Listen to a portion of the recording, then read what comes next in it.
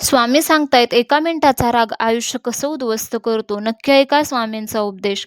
अरे वेड्या, पुन्हा एकदा रागाच्या भरात कोणावर तरी ओरडला आहेस का? आपल्याच माणसांवर संतापून शब्दांचे असे बाण चालवले आहेस का, ज्याने कोणाच्या तरी हृदयातल्या आत रक्तबंबाळ झाले आहे?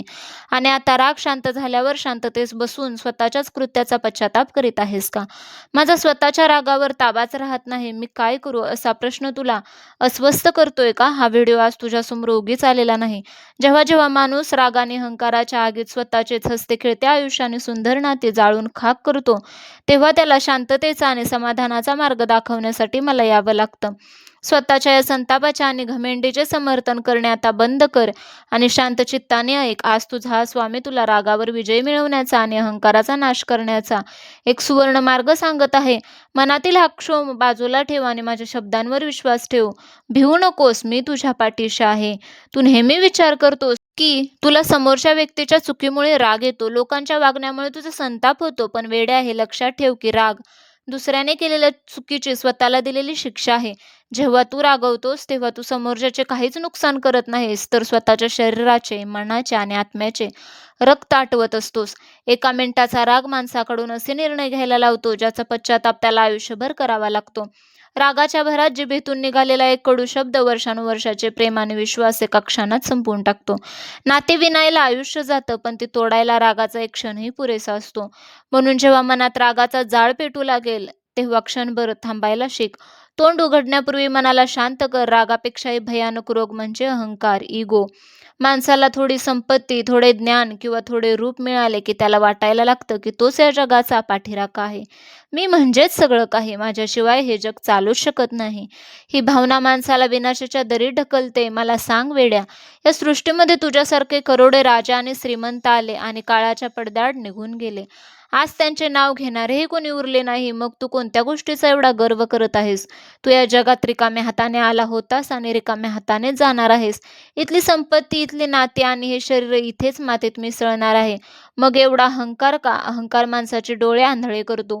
त्याला स्वतःच्या चुका कधीच दिसत नाहीत.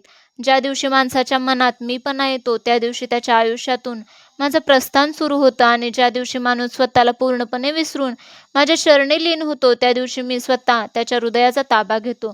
जर तुला जीवनात खरोखरच मोठं व्हायचं असेल, तर समुद्रासारखे अथांग आणि विशाल बनायला शिक. समुद्र कितीही मोठा असला तरी तो नद्यांचे पाणी स्वीकारण्यासाठी नेहमी नम्र राहतो.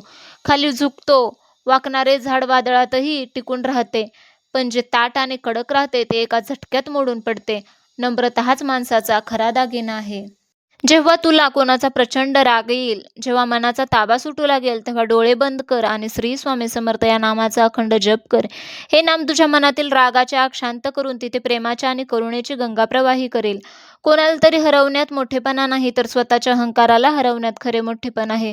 जर कोणी तुझ्याशी वाईट वागले, तर त्याला क्षमा करायला शिक. क्षमा करणे हे कमजोर माणसाचे काम नाही, तर ते सर्वात बलवान मनाचे लक्षण आहे. जेव्हा तू कोणाला क्षमा करतोस, तेव्हा तू स्वतःला त्या मानसिक त्रासातून मुक्त करतोस. उठ आता. मनातील हा संताप, हा अहंकार आणि हा द्वेष बाहेर फेकून दे. आज जेव्हा तू तुझ्या माणसांना भेटशील, तेव्हा डोळ्यात आदर आणि चेहऱ्यावर एक निगर्वी हसू ठेव. जुने वाद विसरून जा आणि नात्यांना प्रेमाने जवळ कर. जोपर्यंत तुझ्या मनात नम्रता आहे आणि माझ्यावर विश्वास आहे, तोपर्यंत तुझा मार्ग कधीच चुकू शकत नाही. रागाचे ओझे उतरवून ठेव आणि आजपासून एक शांत आणि आनंदी जीवन जग. मी तुझ्या प्रत्येक चांगल्या विचारात आणि कार्यात तुझ्या पाठीशी आहे. नेहमी लक्षात ठेव, भिवू नकोस. मी तुझ्या सदैव पाठीशी आणि तुझ्या पाठीशी सदैव उभा आहे. श्री स्वामी समर्थ. तुम्हीही स्वामी भक्त असाल तर कमेंटमध्ये नक्की श्री स्वामी समर्थ लिहा. व्हिडिओ आवडला तर लाईक करा, शेअर करा आणि चॅनलला अजूनही सबस्क्राईब केलं नसेल तर जरूर सबस्क्राईब करा. तसेच व्हिडिओ जर इन्स्टा किंवा FB वरती पाहत असाल तर प्लीज फॉलो करा. धन्यवाद.